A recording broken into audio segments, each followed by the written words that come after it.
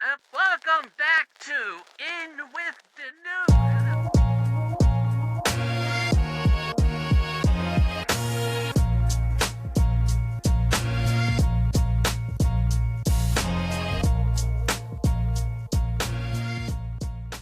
How's it going, everybody? Welcome back to In with Denoux featuring Jordan Shannon. We are back separated. Unfortunately, my time in Seattle last week was great, but we're going to get into some things that happened out there. But Jordan, how are you doing? I know you went camping. I got my LSU gear on. LSU just won the World Series, College World Series. I know you had a great time camping. How was that? Yeah, man, it was good, man. We just got back from Forks, Washington. Shout out to anyone who's a fan of Twilight. We got some good pictures out there, just about, and they lean in a lot to the Twilight allure. So a lot of different things to take pictures of. We should even probably talk about who's Team Edward and Team Jacob over here. But Oh, gosh. I will say, not gonna lie, going out there to camp with family got me into like, man, you know what? Maybe I should watch these movies. So I actually started watching them because they're on Netflix now.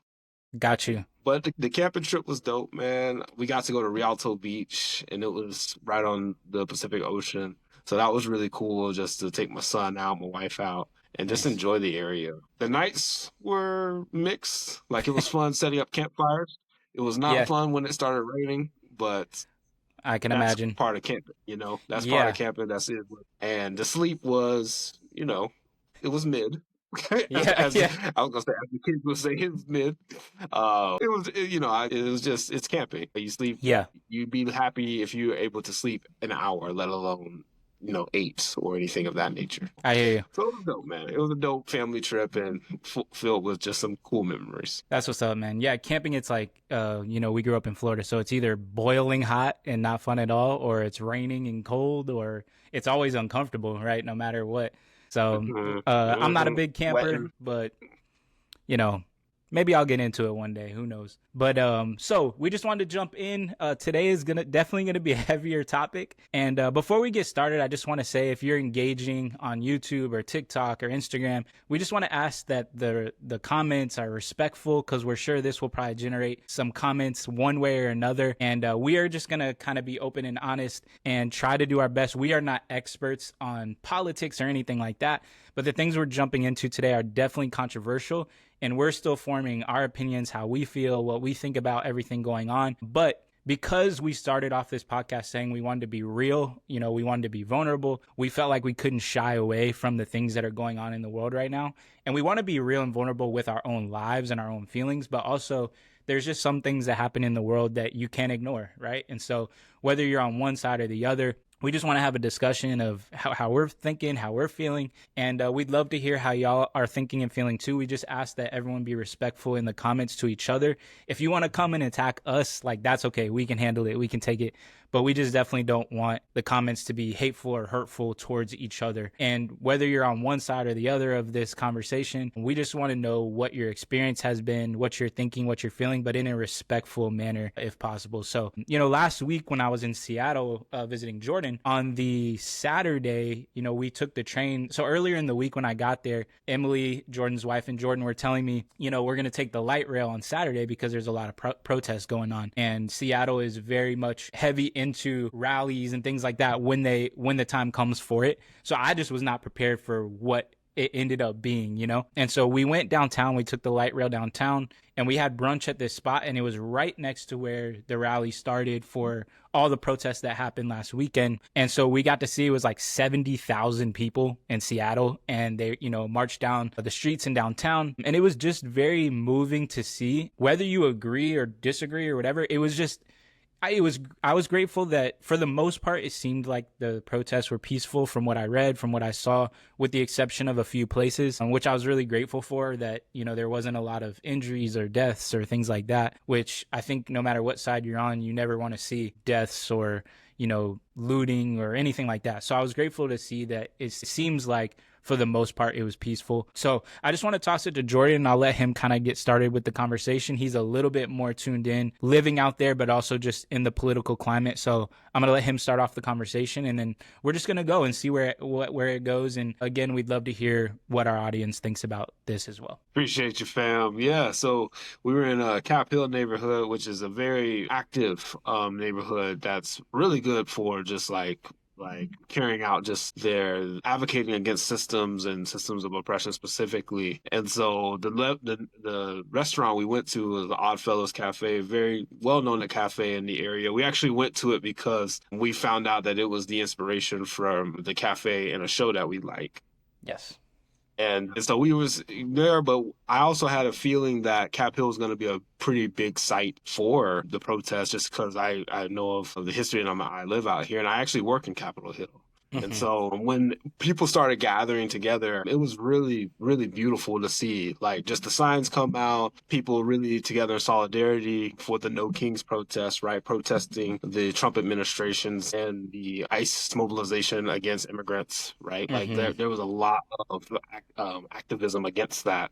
And I think it was really cool to kind of see like how many people were starting to gather. And because we weren't there to participate, we weren't sure obviously we weren't keying on like what were the objectives or the outcome of it, right? Like if they were going to march, if they were going to have demands, like what was kind of the parameter set for it. And it was really cool to see, like, because we were going to show Chase around Seattle and downtown Seattle, and I was like, this is pretty iconic Seattle, right? Like you are getting access to what Seattle is. Like Seattle is very liberal, very focused, very social justice minded, and unapologetic about it, honestly. And so I was really happy for him to be able to see that. And it was really cool to kind of like, you know, as we started walking towards Pike Place to show him around, they also started marching down there.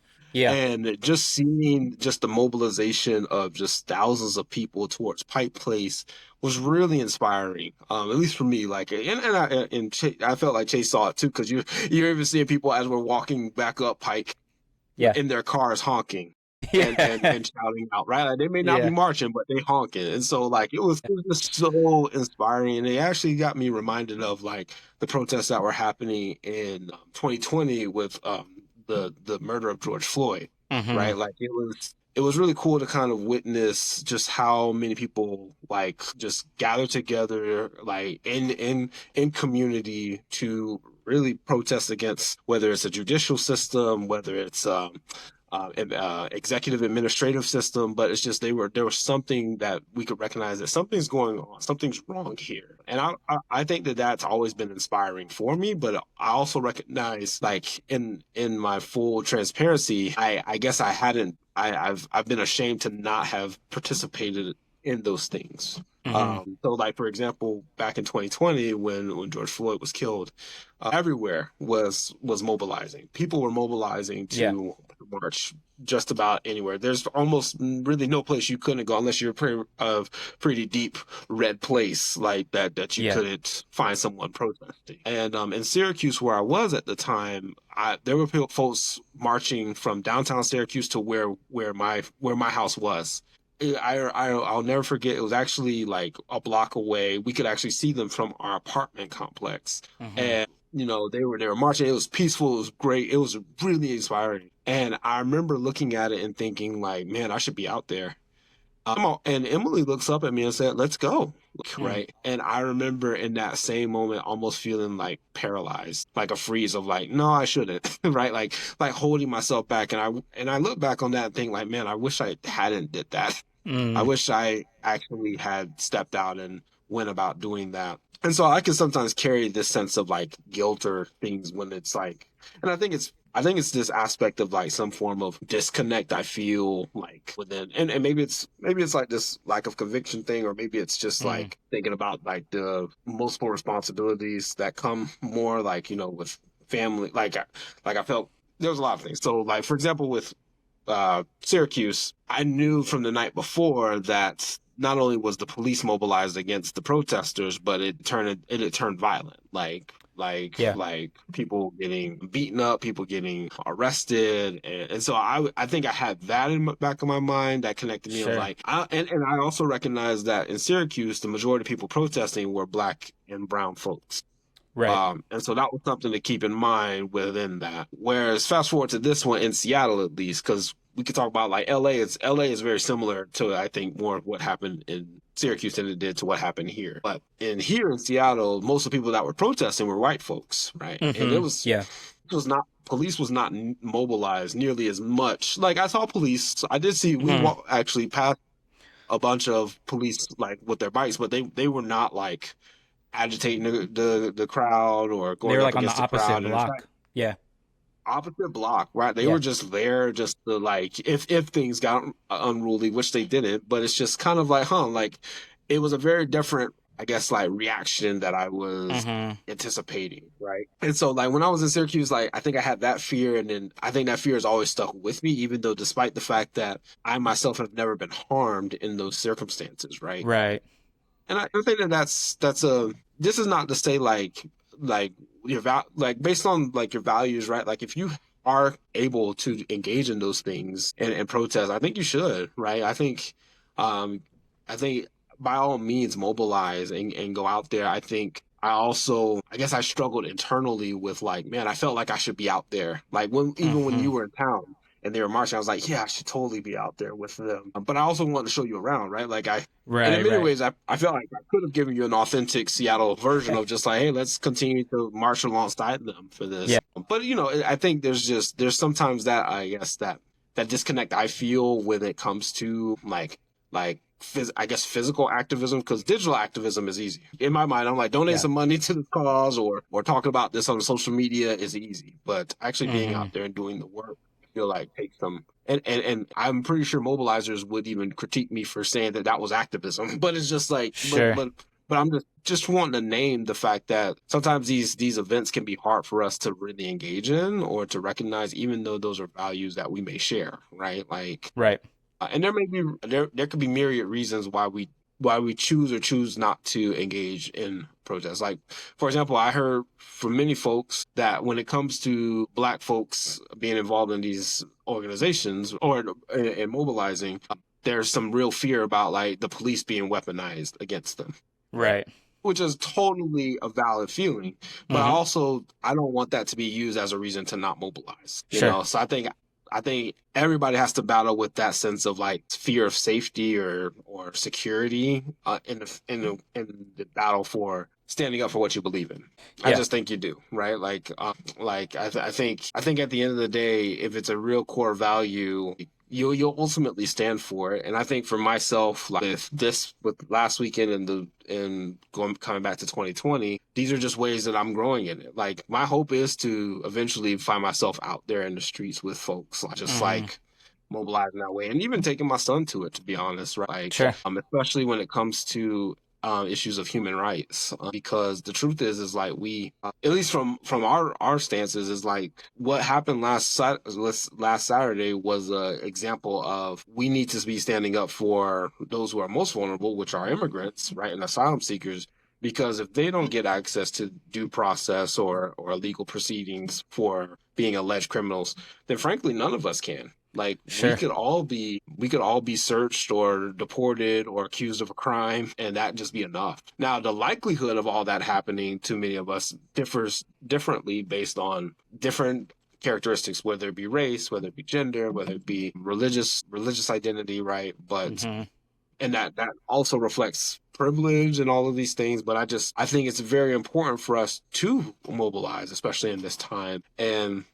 And for that reason, I will always encourage folks to engage in that way, and even push yourself. Like I'm finding myself being pushed to engage in that way as well. Yeah. No, I appreciate that, man. That's a lot to break down and think on for sure. And I think for me, it's interesting because I'm in a little bit of a different situation in the sense of I'm like the least political person like you might ever meet, right? And I know that, me saying some of these things, I'm sure I'll get condemned for a lot of it, but I'm sure like a lot of it is, I need to do more thinking, do more work, because to me, when I was younger, it was very simply, and I still believe this, but I think it's more complicated as the days go by. Like, it gets more complicated as the days go by. Because I'm very much someone that I don't think anyone loves like the system we have, right? Where there's like two parties and that's the only options we really have, like the only realistic options that we have, right? Because to me, I feel like we've never had a politician or a president specifically in my lifetime that I'm like, that's a good person. You know what I mean? Like, I don't feel that strongly, super strongly about any president that we've had. Now, there's been better and worse, right? But like, I just haven't seen someone where I'm like, yeah, like, that's someone I want to get behind 100% and follow everything that they believe in. And granted, like, you're hard pressed to find that with anyone in life. But for me, it was always difficult to come down to like choose between the lesser of two evils. Like, that's such a hard thought for me. And I know that a lot of people, will condemn that or whatever, but I don't consider myself a Republican. I don't consider myself a Democrat. And it's hard because I feel like choices come down to individual situations, right? Like, that's how I feel, even with politics, where I think both sides do evil things, and I think both sides do things that are truthful and maybe even right. And that's just so difficult for me. And so I think that no matter which way you lean, the thing that's difficult for me is that in the United States, I feel like a lot of what politics has become is who said it, not what's being said, is what I feel like a lot of times. Now, granted, that's not all the time, and there's certainly things that are right, and there's certainly things that are wrong. And so I think no matter which way you lean, whether you're a Democrat, whether you're a Republican, you can see, like the protests this past weekend, I think that no one is really arguing that, like, people should come into a country legally, right? Like, that's not really the argument here. Because I think that if we as Americans move somewhere, like, we're expected to do it the legal way as well, and we should be. And so now, granted, I know there's a difference of where someone's coming from, what they're going through, are they in danger, all of those things. Yeah. But what this has really come down to is, and I think, again, whether you're a Democrat, whether you're a Republican, this is why I think who said it instead of what's being said is something that's so toxic, is that, people being stopped and arrested before they even know whether they're a citizen or not is something that I think we can all agree is not the correct way to do things, right? And I think that's not the only thing that sparked all the protests and the rallies and the marches last weekend, but I think it's a big part of it, right? And it just gets so dicey because then, you have people citing the incident of the girl getting killed at the University of Georgia by an illegal immigrant who was led in through the Biden policy in New York City, where they were able to fly for free wherever they wanted to go. There's like all these things, right, where it gets dicey. And then you have all this stuff that Trump is implementing. And so that's where, for me, I get flooded. And I know that means I need to do more work and research and things like that. But it's just so hard so my personality is, and again, I know this is going to be labeled as simplistic or maybe even naive or stupid or whatever, but like I'm a glue person. Like, I'm like, I want to get along with everybody. I want everybody to get along. I'd rather somebody else get their way and be happy than me get my way and everyone be unhappy. You know what I'm saying? And I know that that's a dangerous way to look at politics, because in reality, each situation, oftentimes there's a right and there's a wrong. And so that's how I kind of look at things, instead of it being, this is a Democratic policy, so therefore I have to get behind it, or this is a Republican policy, therefore I have to get behind it. I think it's even more dangerous than not being affiliated with a party. You know what I'm saying? And when I say all this, like, I don't really care if you're a Republican or Democrat or whatever, but I do think, especially if you're a Christian, like, you have to look at things on a case-by-case basis, and you're like, is this right? Like, is this right? And if it's not, then stand up or say something about it. And so that's kind of where I fall. And again, I don't know. I feel like I'm evolving in how I feel about all these things as I get older. But yeah, I do feel strongly that it has to be a case-by-case basis, whether it's like voting one way or the other, or whether it's a policy, or whether it's a protest, whether, is this action correct or is it incorrect? Is this hurting people or is it helping people? And so that's how I choose to look at things. And again, I'm not saying I'm right and other people are wrong. It's just that that's how my mind works. I can't look at one party and say, I'm going to back everything they're doing because I'm affiliated with this party, or I'm affiliated with the other party, so I have to blindly follow all the things. And I'm not saying everyone does that, that's like a Democrat or a Republican, but it feels like that's the majority, right? Like, feels like the majority, they're going to back their party no matter what. So I don't know what you think about that, how you feel about that, but that's kind of where I'm at, and I'm kind of trying to learn, trying to grow. And I'm not even saying learn and grow where I'm like, I'm definitely going to be a Democrat or I'm definitely going to be a Republican one day. But I'm just trying to decide, like, is that an okay stance to take? Where I'm like, I'm going to look at this by case basis.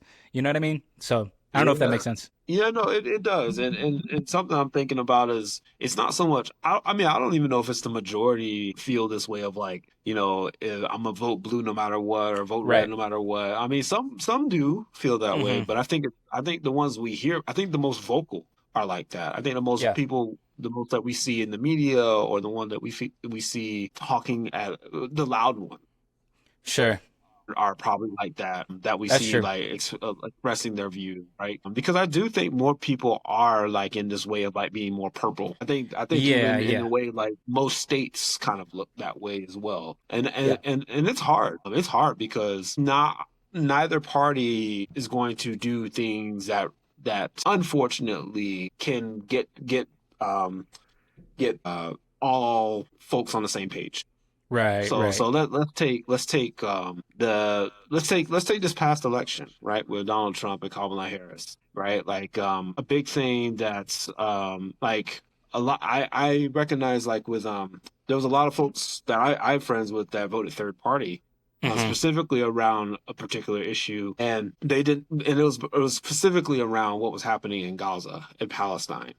Trump's connection and support of Israel was very much held in high, like he really held strongly to maintaining those relationships and supporting them in arms towards continuing the genocide in Palestine. On the same side, Kamala was doing basically the same thing, but she was not explicitly saying it in those ways. Like Right. she would say the Palestinians have a right to dignity, but Israel has a right to defend itself. Right. And for many folks that I knew who were staunchly opposed to this, but say like that's not liberal enough. That's basically on the same side of being with Donald Trump, Mm. honestly, because you're basically endorsing and still supporting arms towards Israel. And so like and mind you, everything else of Kamala Harris's campaign very much aligned with their views, but this Right. issue, and I could stand behind their rationale because of this issue too. Because I'm like, when I look at what's happening in Gaza, I'm like, that's a pretty significant issue. Like, and I'm not saying that to shame folks towards voting for Kamala or voting third party or voting for Trump. I'm just saying like those, even if you agree with 99% of something, that's that 1% can push you away from a blue agenda, or Right. disconnects you from a blue agenda or a red agenda. And I think it's worthy of discussion to explore, I guess, like the like, okay, what are the things that are critical for me to get and to understand Hmm. that I feel strongly about, that I know I do not want to compromise on, right? Whether it be things around healthcare, whether it be about how we use our non-renewable resources or renewable resources, right? Like those are all good questions to ask because these are going to affect you and affect future generations, right? That you're going to Right. be impacting. Um, but a friend of mine actually explained it to me this way. That was super helpful because so in 2016 when Trump first won, I remember feeling very bad because I was living in New Jersey, but I was registered in Florida, and Florida was a swing state, and I did Right. not submit an absentee ballot. I did not in my mind. I was like, I'm tired. Like I was like, I don't want to be engaged in this. So I actually, and I should feel guilty because of essentially my vote could have made a difference if I had submitted it. Hmm. But I remember thinking to myself of like, I remember also feeling conflicted of like, I didn't really want to vote for Hillary either. Sure. So I remember feeling like really torn. And my friend was talking with me is like, it's very rare that you'll find it's impossible in a place of 300 million people that you're going to find someone who represents everyone's politics that everyone can support. Right. It's always going to come down to this two party of like supporting a more socialized government or supporting a limited government involvement, right? Like, and Hmm. that's kind of like a gross oversimplification, but that's Yeah. essentially what it is. And unfortunately, like when I look at aspects of like you can probably look at aspects of both of those, I guess, like blanket agendas and think like, okay, actually there are things on these things that I actually like, right? Like I like access to freedoms. I like not necessarily having to pay more taxes. Like so, yeah, I like that Mm-hmm. aspect of limited government involvement. But you know what I really like? I like healthcare. Yeah, I right. like education. You know what I'm saying? I like us, taking care of people in the streets and making sure that Yeah. they get support and need and care. But if a party is only representing these things explicitly and not supporting the others, then it's hard. It makes Yeah. that decision even hard. And I think if you ask most people around these topics, people are going to genuinely like you can find someone who reflects aspects of what you value, right? But then that one thing that takes them over to the red party or the blue party, right? Yeah. Or green, right? Like is something that's really critical that's not maybe being addressed or being addressed properly. Right. Yeah, yeah, I totally agree because I do think that a big part of this is the coverage, the media, social media, because I do believe, and I think I'm understanding this is like this is what you're saying, is that I do think that we agree on more than we're led to believe. And it's kind of crazy that that's a truth, I feel like, yet we are where we are, right? And that's why I say Yeah. that's why I said it's like who says it more than what's being said. Yeah. And I know it's kind of a hard way to talk about this because, separate church and state, right? Like all that stuff. But I think because we are Christians, we have to think of it from a Christian perspective as well. And I know not everybody listening is a Christian or affiliates with Christianity or religion in general. So I know that, a lot of this stuff doesn't matter for people that don't affiliate with that. But I do think about Jesus and how he handled things and that I'm just curious because I go back and forth because I'm like, I don't know. Like, I really don't know exactly how Jesus would operate. But if you read about his life, you do get Yeah. insights to where you could make an educated guess to where I Absolutely. think Yeah. I think Jesus operated so much on an individual level where now I'm not saying like Jesus wouldn't protest or Jesus wouldn't march down the street, or whatever. But I do think he would, if he was, I think he'd be there to look for individuals to help. You know what I mean? Like, and I know that that's not the only way to operate. And I'm not saying like I'll never be a part of a protest or I'll never march or anything like that because I don't feel that way. But at the same time, I'm like, okay, because in my mind, I do think sometimes I'm like, okay, like there's 70,000 people at this protest, right? And I'm like, and I don't, again, I don't say this to say don't protest or whatever. But at the end of the day, I'm like, what's different on Sunday than on Saturday? And again, maybe that's a simplistic way of looking at it. But if we just simply march to be a part of a big crowd, which I'm sure that's not all the people there, but I'm sure it's a good amount that they're just there because a big group is there. But if you're not looking for the individual immigrant that's hurting because of this stuff that you might know or you might come across in the streets of Seattle, in the streets of Charlotte, in the streets of South Florida, like wherever we are, then what's the point of marching with the 70,000 people if you're not going to help the individual that you might know? You know what I mean? And again, I'm not saying that's like the majority or whatever, but that's kind of my thought is that if I'm going to participate, like I also need to be looking actively when there's not 70,000 people marching with me. You know what I mean? And I think that if we operated like that, and again, I'm not saying I operate like that all the time. I'm just saying if we really looked for individuals that were hurting and we didn't care like what their political party was or where they were from even, but you were like, man, this person needs my help and I can help and we got to do it. You know what I mean? And so I don't know, man, like that's what I think. Like I know it's a very watered down and simplistic way of thinking about it, but that's kind of how my mind works is that the real work is individual. You know what I mean? Yeah, yeah, and to your point, like right, like we can get examples of what, like some ideas of like what Jesus would do, right? Like if something was like in terms of like caring for others, right? And like I even think back, that the story of like Jesus being called to pay the imperial tax to Caesar, right? Yeah. And at first glance, like he could have easily just said like, well, I'm God's son. I don't have to pay any taxes, Yeah. right? Yeah. Yeah. But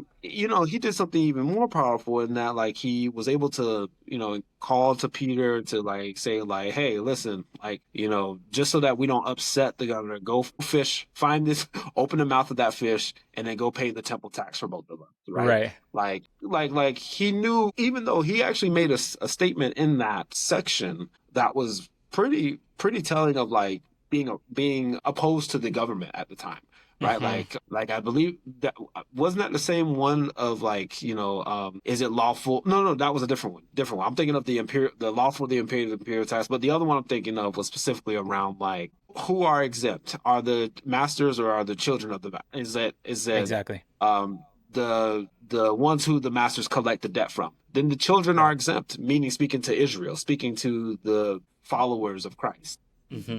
the future followers of Christ. But he said, but just so that we don't upset people, right? So he Yeah. actually like go pay the tax, right? Like there was Yeah. just this emphasis of like Jesus was willing to challenge like oppressive systems of the day. Like we even think Hmm. about like how he continued to change the law upon by the Pharisees, right? Like the Pharisees Right. knew the text, knew the governing principles, and was willing to impart that onto the people and impress that on people. And Jesus was like, "You missed the heart of it, right? Yeah. Like you tell that person to pay money to the temple, but tell them not to care for their parents. Hmm. Like they need to be caring for their parents more than paying this money to the temple, right? And so like even kind of looking at like the 70,000, right? Like in what they were engaging in, like perhaps they were leaning a lot on that principle piece around like, is it right to deport people without due process? Well, let's look at our Right. constitution. Let's legit go back to our constitution. What does our constitution say? Oh well, in the 14th man. And the only reason I'm recognizing this because I just literally watched a video this morning. Yeah. But like in our constitution, the 14th Amendment, it literally says that no seizure of life, liberty, anyone, no one, no, the government cannot take action against anyone in the United States without a due legal process, and Right. that's anyone, Yep. regardless of citizenship, Yep. right? Like that's so. If that is literally written into our constitution, but a regime is saying like, no, we're going to deport the illegals, then hey, Yeah. you are breaking one of our foundational core principles, Right. and you are doing it in a pretty oppressive fashion, right? Like Sure. so, but like you said, it can't just be about doing this on a Saturday. Exactly. It can't just be about us saying like we're going to this No Kings protest on a Saturday and that's all. That cannot be the extent. If anything, that has to be a starting point, right? Right. Like that has to be an entry point into how we engage in this. And looking at even further, what are the organizations that are continuing this kind of mobilization that can carry this on? Who are the people in my life that are directly impacted, are directly vulnerable to this, right? Like I can think of a few in my own life who I'm personally close to that I have to be mindful of. Like we were even instructed at my university of like, if ICE comes to your classroom, here are the steps you can take. Mm. So I remember thinking to myself, I was like, okay, if ICE came to my classroom, I don't have to allow them entry into it. But Yeah. I know that I would be very like it would just be very startling to have that happen to Yeah. you, right? But that's Yeah. just being prepared to make sure I'm protecting students or anyone who's in my care of like, no, no, no, no, like what ICE is doing is wrong right now, right? And even just like providing like maybe some form of check-in or checking in on people who I know are directly affected is important, right? Just Yeah. continuing engagement after, the No Kings protests. Right. Yeah, yeah. And I think that's the heart I'm trying to impress is that, and again, like I'm learning, man. Like I'm not saying I'm doing all these things and I'm right and everybody else is wrong. Like very much the opposite. All I am saying is that if you are actively going to a protest or whatever, and then you just go back home and yell at the TV screen, then you just got some cardio on Saturday. Like that's all you really did, right? And so I think like, and I'm saying that to myself too, but on the flip side, right, where I'm like, okay, Mm, if I'm not sure how I feel about going to a protest and marching down the street, am I looking for the individuals that are being affected and helping, or having conversations with people like you were saying that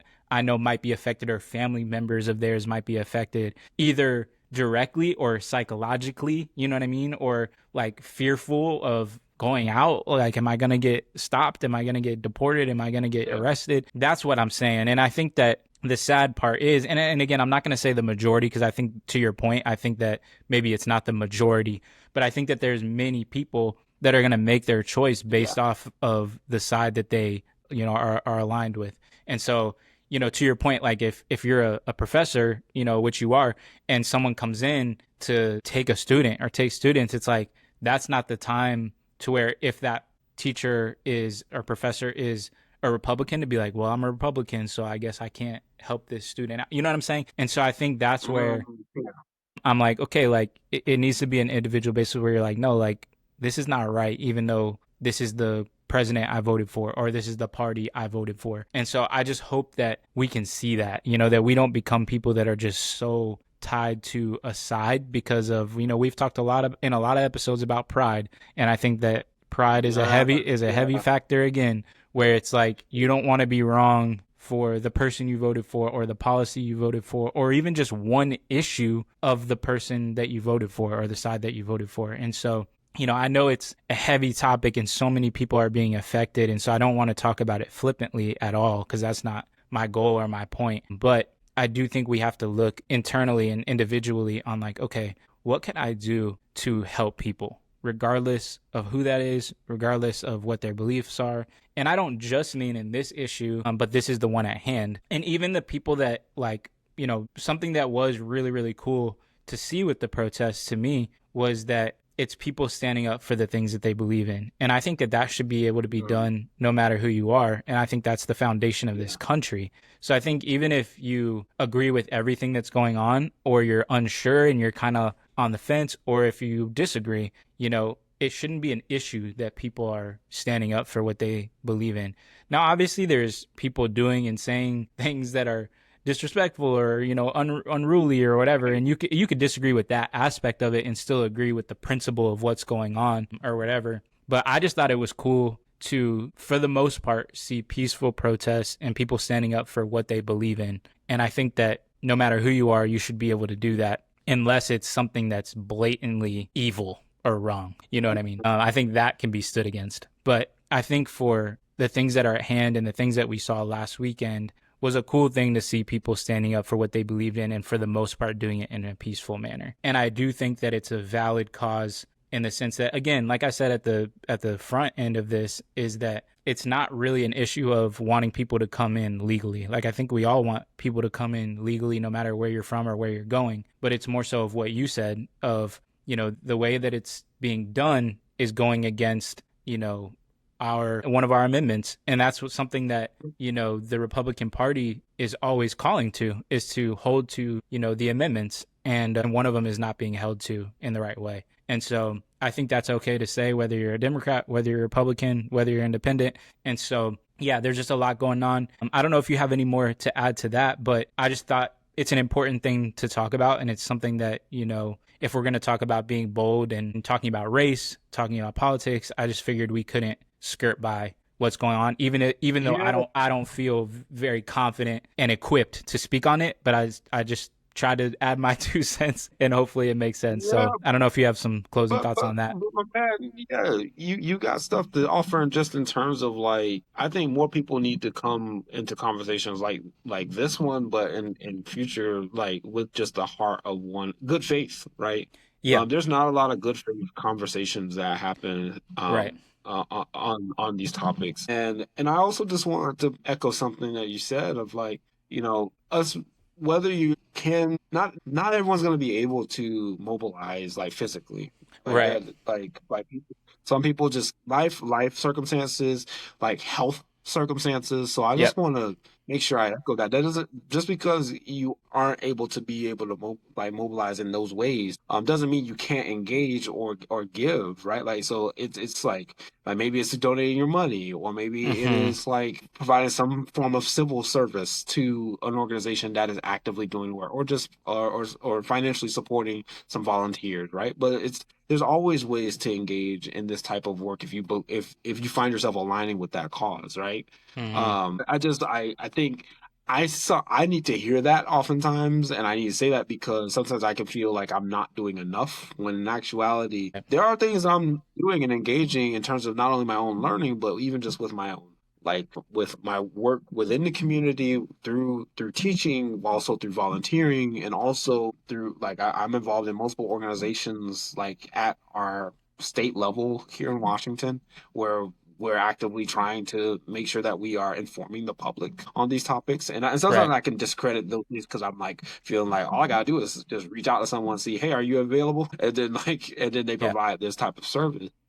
But those things matter. Yep. I just want to encourage folks, right? Like just to find. I think it's a couple things. It's finding out like what is that main sticking point for you? Like in terms of, it could be witnessing some injustice that happened in your community, being a victim of injustice yourself. It could be, a core value of yours being violated that you just was like, whoa, that's not right. That's not what I stood for. And I Yeah. want to encourage you to just seek that out. I'm not, and when I'm saying you, I'm talking, maybe, I mean, I could be talking to you Yeah. specifically, Yeah. but it's just, I'm speaking to those who are watching, right? Like, it's like, what is that thing for you?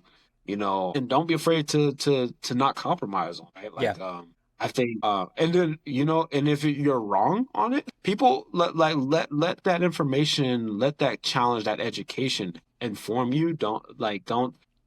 That's not a chance to double down. Right. Right.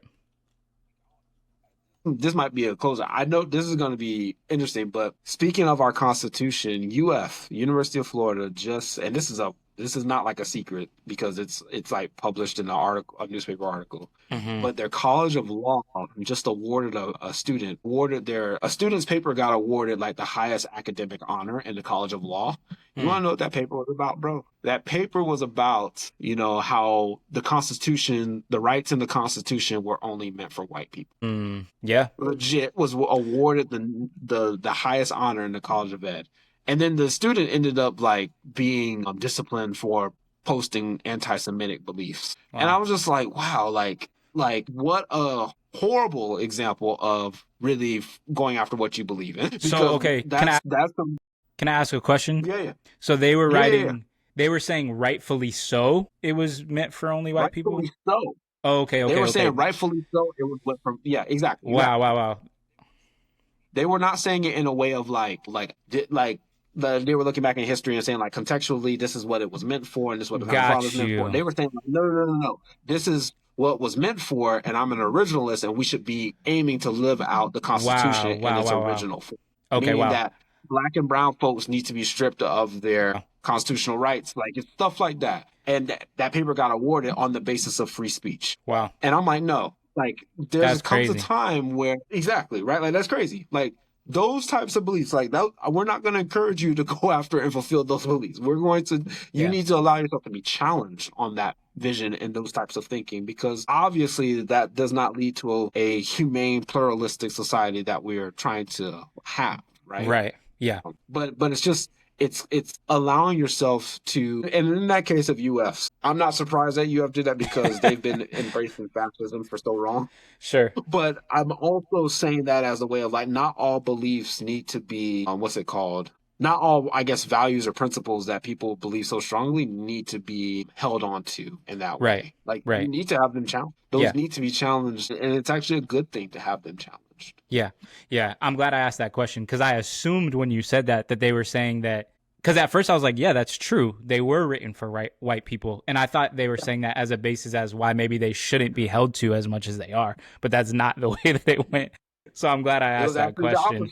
Yeah. Right? Like it would have been a very different thing if they said, these were originally meant for white people. Here's why we need to dismantle the Constitution. I've been like, great. Sure. That's actually very informative. But they said, no. They doubled down and said, no, this is why whites should be the only ones with constitutional rights in this country. That's wild. Yeah, that's crazy. So, man, yeah. So this is a good conversation, man. And I think that something I do want to say is that, something that does worry me in the sense of the Christian community, and this kind of started back, I guess, kind of in 2016. Like it was such a volatile election with Hillary and with Donald Trump, and then especially even more in 2020 and then in 2024, is that, again, I think it's okay to be affiliated with one side or the other, vote the side you want to vote, all those things. But I do think it's dangerous as a Christian, which again, if you're not a Christian, it doesn't really apply, and that's okay as well.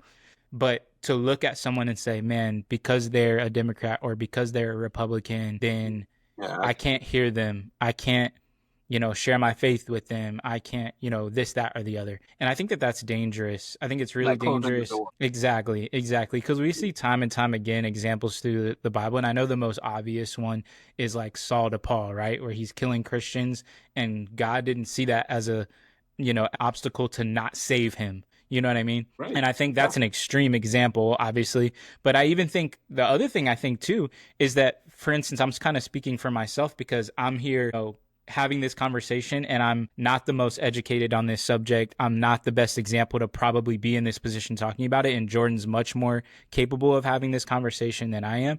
And maybe I'm shortchanging myself a little bit, but I do think that, I think you are. and I do think that, like, I know I have thoughts and I have things to add, and I'm learning and I'm growing, and I'm sure I'll be able to better communicate the things that I think and the stances that I want to take. But I also do think that I want to be an example of someone who doesn't feel super confident having this conversation, but still willing to have the conversation, willing to make a mistake. Like, if anything I've said or whatever, I'm willing to hear the correction. And I'm not saying I'm just going to accept it blindly, but I'm willing to hear it and see if I agree. But I also think that in these type of situations, or in spiritual situations, like, we're here, like, offering spiritual advice as well. And I know that something for me is, it was a little bit of a difficulty starting this podcast, going through a difficult time personally. And I think about the example. Now, granted, I'm not saying I'm Simon the sorcerer from the Bible, but there's examples of where God talks about how he can speak through people even if they're evil. I'm not saying I'm evil, but I struggled with starting this podcast and wanting to talk about spiritual matters or wanting to talk about things in the world. And it really wasn't because I felt like I was like super weak spiritually or anything like that. Like, I wasn't at my strongest, but it was more so just, man, I was fighting through a lot of emotional stuff. I was fighting through a lot of traumatic stuff that I didn't even know was affecting me the way it was affecting me. And, so I just didn't feel confident. But having been able to jump on, I'm like, man, God can still speak through me no matter where I'm at. And I want to encourage you as a Christian, if you're a Christian, no matter where you're at, now repent if you need to repent and work on what you need to work on. But at the same time, if you see something that you feel like is right and you want to commend it, or wrong and you want to correct it, do so. Like, regardless of where you're at, if you're a Christian and, you have the Holy Spirit, you can be spoken through. And so I just want to encourage you, whoever you are in the audience, no matter where you're at, to feel confident in speaking up, to feel confident in listening if you just need to listen and learn. But don't be afraid to say what's on your mind and to try to help people, because you can help people, I think, sometimes more through your weaknesses than your strengths. And so I just want to encourage that. But this has been a great conversation. Jordan, you have any last minute thoughts? No, man. I'm glad we were able to talk about it, honestly. I know it's cool. I felt like we eventually need to talk about just what you enjoyed about Seattle. I feel like that would be fun to just chat about it. But I thought, as far as like just talking about like what's going on in our current day to day, like, this was important, and this was thoughts that I've had myself, thoughts that you've had. Well, I'm glad we were able to just check in on this. Yeah, absolutely, absolutely. Well, thank you everyone for joining us, and we really do want to hear what you think about these things and everything that we've discussed. Please give us ideas, thoughts, likes and dislikes. Please like, follow, subscribe. We really, really appreciate it if you follow us on TikTok. It's In With Denoux Pod on TikTok. And we'd also really appreciate a subscription on YouTube. You can just search In With Denoux featuring Jordan Shannon, and you'll find it there on YouTube. So thank you again for joining us, and we'll see you next week. Signing off. We out.